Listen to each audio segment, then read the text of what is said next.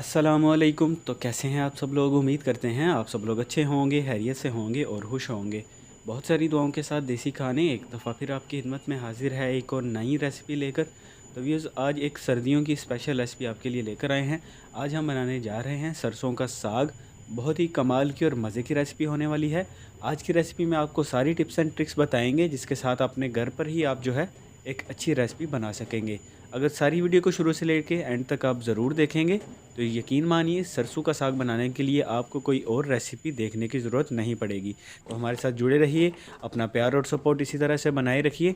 नए हैं तो चैनल को सब्सक्राइब करें, बेल आइकन प्रेस करें ताकि हमेशा ऐसी आसान रेसिपीज़ आप तक पहुंच सकें। वीडियो देखने से पहले इसे लाइक ज़रूर करें।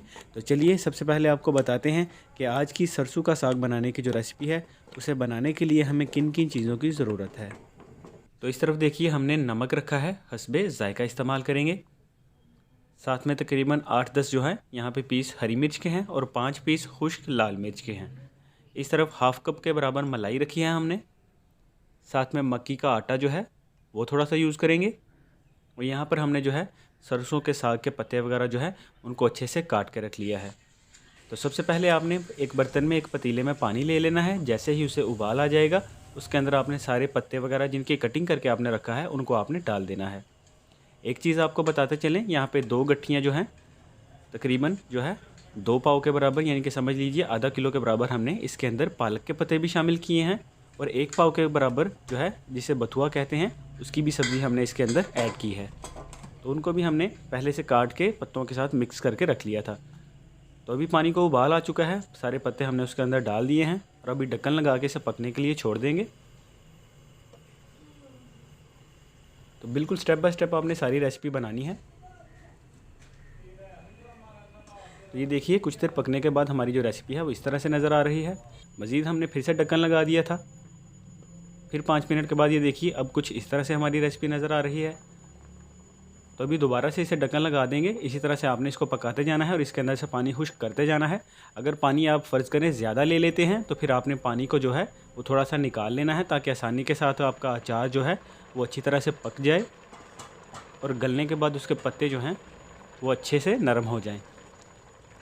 तो तकरीबन 2 से 3 दफ़ा आपने देखा, हमने ढक्कन लगा के इसे अच्छी तरह से पका लिया था। पानी भी हमने खुश्क कर लिया है और उसके बाद ये देखिए, अभी इसके अंदर एंड पे आपने जो है वो हाफ़ कप के बराबर हमने जो मलाई रखी थी वो इसमें ऐड करनी है।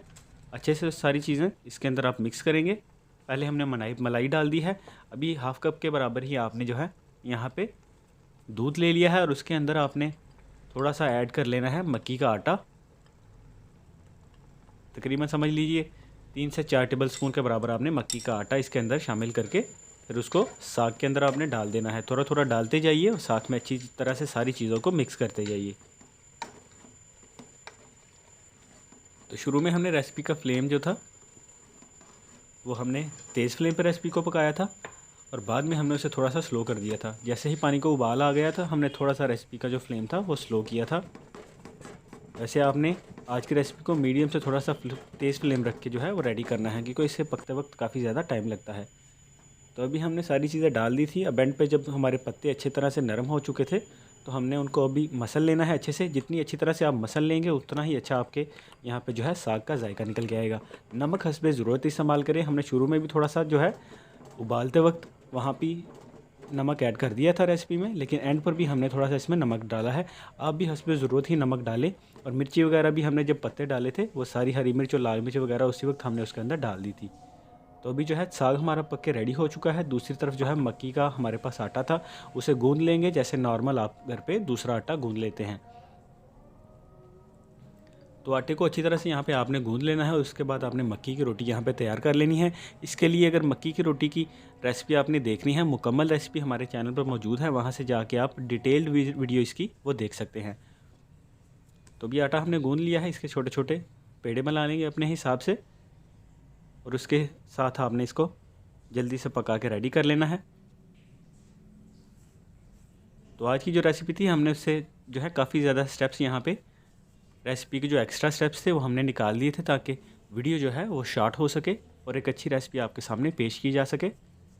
सिर्फ साग में से जो पानी है उसको खुश्क करते वक्त आपको थोड़ा सा टाइम लगेगा। अगर आप समझे पानी ज़्यादा है तो आप उसमें से पानी निकाल भी सकते हैं। और नमक जैसा कि पहले आपको बताया है, हस्बे ज़रूरत इस्तेमाल करें। और हरी मिर्च और साथ में खुश्क लाल मिर्च हमने यूज़ की थी। बाकी एक्स्ट्रा मसाले वगैरह कोई भी चीज़ हमने आज की रेसिपी में नहीं डाली। बिल्कुल देसी जो है सरसों का साग बनाने का यही तरीका है, इसी तरह से आप इसे बनाइएगा। तो अभी जो है पेड़ा बनाने के बाद हमने ये देखिए आटा गूँध लिया था। अभी जो है मक्की की रोटी बनाने के लिए हमने पेड़ा बना लिया था। हाथों से थपथपाते हुए इस तरह से आपने इसको प्रेस करते हुए जो है स्प्रेड कर लेना है, फैला लेना है। और उसके बाद इसी तरह से शीट को लेके आपने तवे के ऊपर डाल लेना है। पहले हमने शीट के ऊपर जो है हल्का सा ऑयल लगाया था ताकि तवे के ऊपर डालते वक्त जो है आप आसानी से रोटी को डाल सकें और आपकी जो रोटी है वो शीट के साथ चिपक ना जाए। तो अभी एक साइड के पकने के बाद हमने उसको टर्न कर दिया था। मज़ीद थोड़ा सा इसे पका लेंगे। हमारी यहाँ पे जो रेसिपी है वो बिल्कुल मक्की की रोटी की वो भी रेडी हो जाएगी। पहले आपने देखा हमने साग साग की रेसिपी रेडी की है, बाद में हमने मक्की की रोटी की रेसिपी रेडी कर ली है। सरसों का साग और साथ में मक्की की रोटी, तो बहुत आसान और मज़े की हमारी आज की रेसिपी है। बिल्कुल सिंपल, इसी तरह से आपने घर पर बना लेना है, कोई भी एक्स्ट्रा स्टेप नहीं। थोड़ा सा आपका टाइम लगेगा, एक तो पानी खुश्क करते वक्त और दूसरा साग की कटिंग करते वक्त। जितना बारीक कटिंग करेंगे उतना ही अच्छा आपका जो है यहाँ पे साग बनेगा।